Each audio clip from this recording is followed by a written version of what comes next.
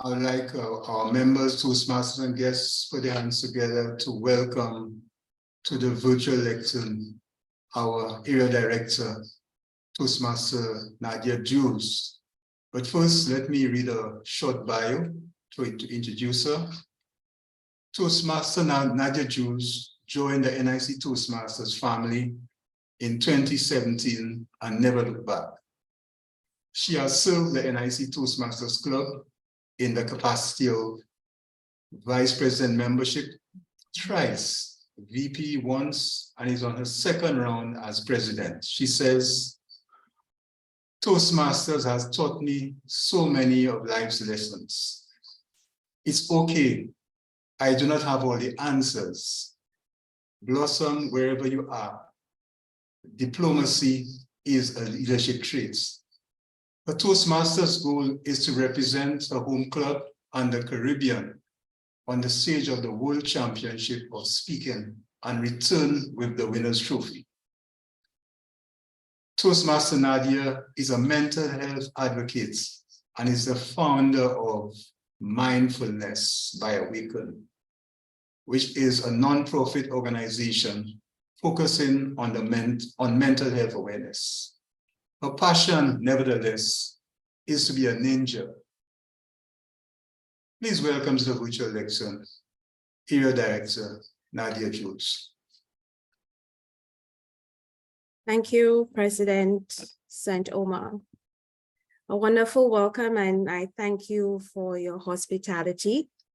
This evening, in the capacity of Area Director, I will be assessing your meetings based on the moments of truth.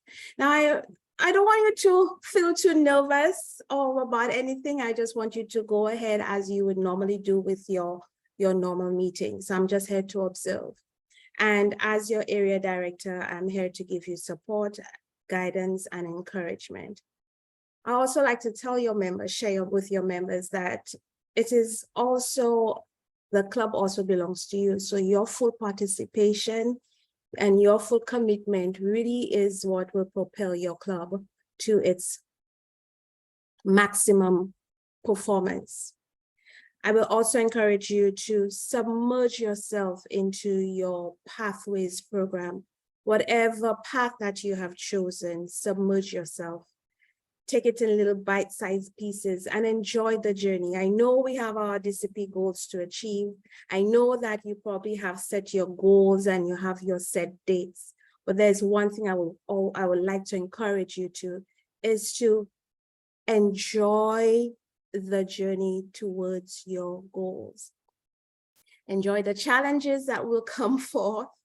Enjoy the successes that you will experience, but most of all, enjoy the transition, the transformation of your mindset, the transformation of oneself. I will also tell you that transformation is not an easy process. It means that you have to let go of the past and embrace the future, and that can be very scary as well. But if you allow your club to support you through your journey, and you submerge and really enjoy your Pathways journey, I can tell you that the end goal will be phenomenal. Once again, thank you for allowing me to serve as your area director, and I look forward to your meeting. I hand over the lectern back to you, President St. Omer. Thank you, Area Director Nadia. And now, Toastmaster Joni is our Toastmaster of the evening in the house, as yet? I am not seeing our Toastmaster of the evening, so we can go into introducing our Art Talk speaker in lieu of waiting. Okay.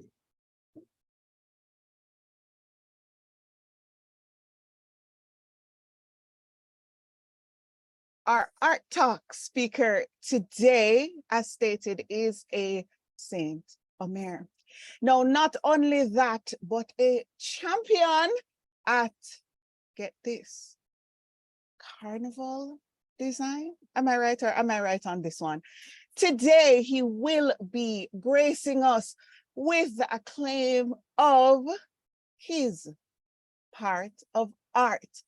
But first, let me share with everyone a bit of why he is award-winning. Far and wide, I flock into the roar of the lion. Are we all hearing? Give me a thumbs up if you're hearing. Are you hearing? Ladies and gentlemen, Can hear you clearly. Are you hearing the video? Giovanni sent Omer, Yes, we can. masterful creation of the African lion, taking his rightful place on the world stage as king in this music jungle. Costume design created and carried by Giovanni St. Omer. Afrobeat is king.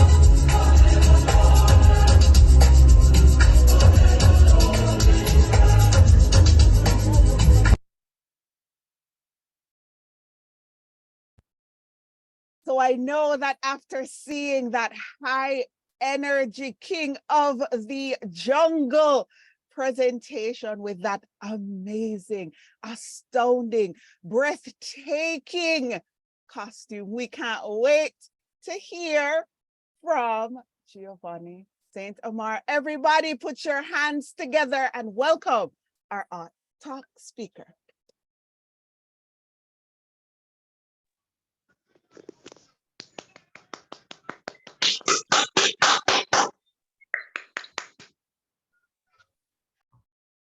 Woo! Woo! Yeah. Good evening, everybody. Good evening, Giovanni. Good evening. The platform is yours. You're muted. You're muted, Giovanni. There we go. Right. Are we okay now? Yes, we are.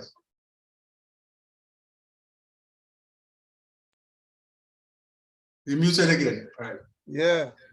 It's okay now? Yes, it is. Please proceed. Hi. Good afternoon, everybody. Well, I'm very pleased to have been invited to be here this evening. Basically, I just wanted to thank you guys for actually considering having me on. My interest at this point is to inspire others. I've been trying for years, myself and others, to see if we could find a way to get younger artisans involved in Carnival creativity. It's been a tough sell as far as I'm concerned. I've been in this field, I've been in this area for about 40 years. I started when I was about 7. My first experience actually was my father bringing me to a mass camp at age 5. And my father and individuals like Roddy Walcott and Old Man Gordon and a whole bunch of George Odlum, a whole bunch of individuals who became powerful in society were very into Carnival once upon a time. And I entered this mass camp 6 years old, and I saw these people creating things that you only see in movies. And I couldn't believe that I was seeing this, you know, because you you watch TV, you watch programs on TV as a kid, and then to see these guys, ordinary people, creating masterpieces, you know, I was thrilled by that. There's one particular time, I think I was about 6 when my dad brought me again, and they were doing some Roman soldier kind of, I think it's some introduction to Rome or something, or the end of Rome. And these guys were creating, using metal plates from wherever they got the metal plates, sheets, to create the actual uniforms of the Roman soldiers, the headpieces. I could not believe what I was seeing as a young kid. Exactly what I saw on TV from the old Roman movies that we used to sneak and watch while our dad was not watching, that we were watching. These guys were creating that right in front of me. And that was an amazing experience for me. And I was hooked from then. That's about 6 years old. Could you imagine 6 years old? And I was hooked. I told my dad I want to do this. At age 7, my dad brought me to a lady called Miss Booty. And she was a very friendly little old lady, really, really charming. And he said, this is the only place I will put you in Carnival because I know she'll take good care of you. And imagine my mom didn't even know about this. My mom found out just close to Carnival time. But it was an amazing time for me. I was in this environment where Miss Booty would allow her revelers to make their own costumes. And I saw an opportunity. She told me, I got to make something that I like. Make something that you like and bring it, and we'll put you in the band. So I used to watch these old movies. My dad, well, we used to sneak up at night, watch Horror Greats, the old Dracula program that used to be on in the 70s. And I wanted to do a vampire bat. So I stole cloth. My mom never found out. So I stole old black cloth and I did some sewing. I did a vampire bat costume. I did the wings. I did everything. I hid to do it because I didn't want my brothers and them to know what I was doing. They'd tell my mom. And my dad saw it, and my dad said, like he always said to everybody, brilliant, magnificent. So he brought me to Miss Booty, and that was my first experience in Carnival. When Miss Booty saw the costume, Miss Booty said she's going to put me in Kiddies Carnival. And lo and behold, I won Kiddies King of Carnival. A 7-year-old built his own costume, going up against big mega band leaders creating costumes for kids. And I won Kiddies King of Carnival at 7.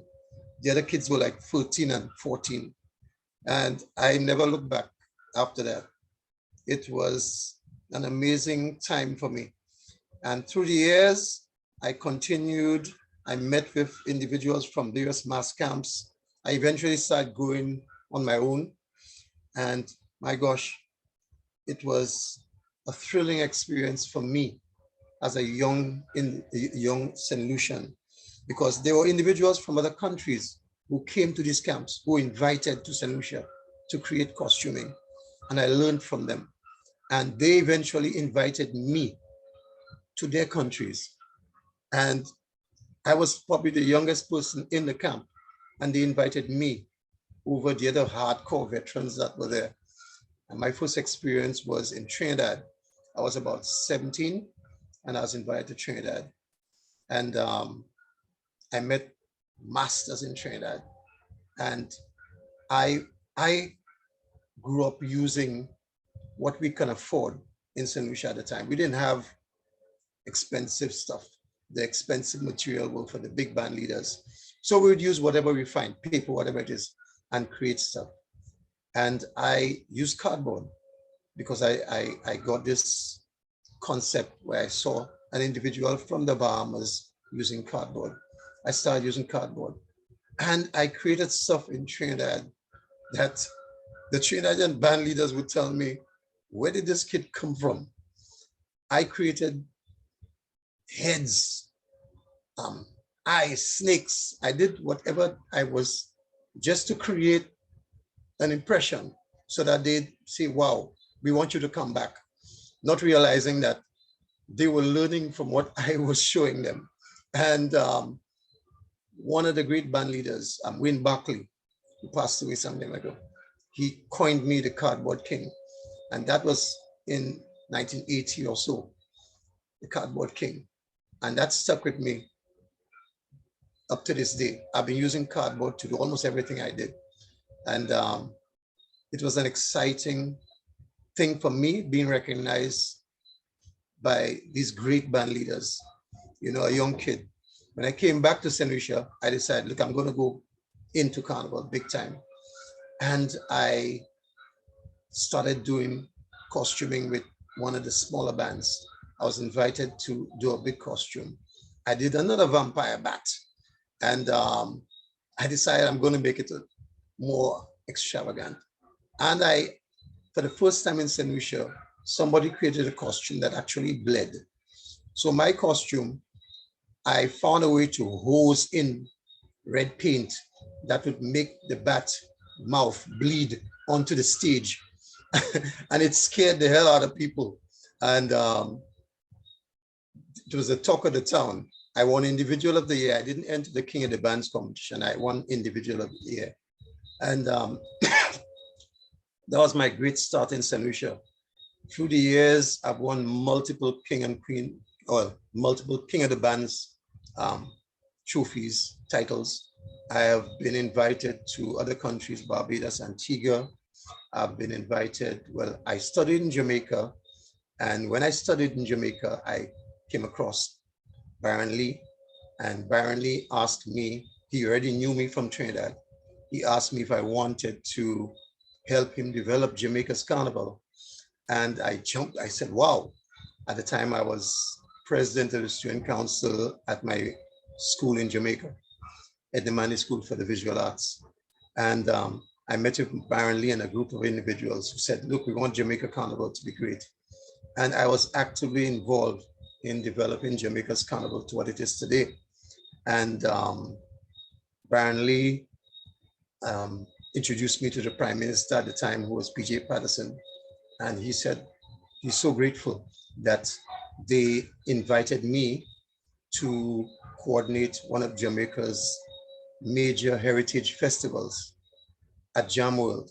And that was in '95. So it was a thrilling experience for me, being a foreigner, being invited by Jamaicans, which is very rare, to coordinate an element of something that is of great national pride to the country. And I received a commendation from the Prime Minister of Jamaica at the time. So that was another great achievement for me. I also got invited to Bahamas, Miami, other countries. I even got invited to Brazil. And, but most of the time I got invited to Trinidad. In the later years, I created a name for myself in the field. I got an invitation to Hong Kong, and they wanted my style of design in the New Year's Day parade. And when I got that invitation, I wasn't even sure if it was actually for me. It came through the tourism ministry. So I thought it was for somebody else. And they targeted me. They actually found a way to contact me directly. They're talking at the Hong Kong Tourism Authority. And I was thrilled. So I was invited with a group from Barbados and went to Hong Kong. And while I was in Hong Kong, they asked me to lecture a group of art students. And the art students were so thrilled by my approach to using unconventional materials to create stuff, that they asked that I produce, you know, the Chinese dragons and lions and so forth. They do their thing and they are spectacular at it. But I was asked to do one. And when I was done, they were so shocked by what I did that they invited me every year after that. So I've been 3 times and I've been invited next year. And I also was asked to coordinate because other countries have been invited to their massive New Year's festival. And I was asked to coordinate the Caribbean element of the New Year's festival. So it was another exciting experience for me. I think the last time I went was the big thrill in that I appeared at the airport with 3 costumes and a team, and walking out of the airport, I noticed a billboard, and the billboard must have been about 100 feet, but no, not 100. It was like 3 billboards, and it was my work, my costumes on display on a billboard, welcoming me to Hong Kong. And that was, I wish that St. Lucians saw that, you know, that kind of welcome. They put me up at a 5-star hotel. They had me meet important people. But the thrill was that they were excited about what I could do. And it shows the quality that we have in this country. St. Lucians are so talented, but we don't have, I wouldn't say the means, we need the encouragement. Artisans in St. Lucia need to be encouraged. And I'm not seeing that anymore. In the 80s, that was a big thing. 70s, 80s, the arts were a big thing in St. Lucia. We didn't make money, but it was exciting times. There were lectures, there were shows, there were plays, and it's like the arts have just dwindled. And there needs to be a revival because there's too much talent in St. Lucia. And I'm saddened that I'm not seeing the encouragement, the support of the powers that be, the commercial sector. I'm excited to see my brother and a few others doing this art in public spaces thing. It's really beautiful. But we need to start having showcases again. We need to start having exhibitions again. Where to find art exhibitions? You know, we have a major cultural event, Juno Creole. It's a blocko. I'm sorry. I just have to mention these things. Juno Creole is supposed to be the great cultural festival of St. Lucia. It's just a blocko. Where are the events, where are the plays, where the excitement, where are the things that make Juno Creole special? You know, I'm not seeing that. The only time of year where you see creativity in St. Lucia is at Carnival. And that's sad because, like I said, there's too much talent in St. Lucia and it's just been stifled. We need to do a lot more than that. We need to, as a collective, as a community, we need to support each other. We need to build. I am advocating for whatever power, government, whatever, to start showcasing our work externally. You know, do a roaming showcase. We need to take the works of the artists in St. Lucia and send them, organize for a showcase to be taken to New York, to Rome. Let the world see our stuff. Maybe 3 months a year, you know, get the arts work and bring it to those countries. Let them see what we can do. But we're not having that. We need to do this. And people are going to start to want to work again. They're going to want to do their art again. A lot of the artists are they lost that faith. And I'm happy that y'all are doing this because this is not just about Toastmasters. This is about raising awareness. This is about people's self-esteem. As far as I'm concerned, y'all are building people's self-esteem in this whole process. And we need more of that. And that's another thing that's sad, but it's actually a truthful thing about us. We talk at home, but when we're out there, we're afraid to talk. We're afraid to show that we are ready. We want to do things. We want to see things happening. So Toastmasters like y'all need to be encouraging. You all need to start inviting more people on that want to be seen, that want to be heard.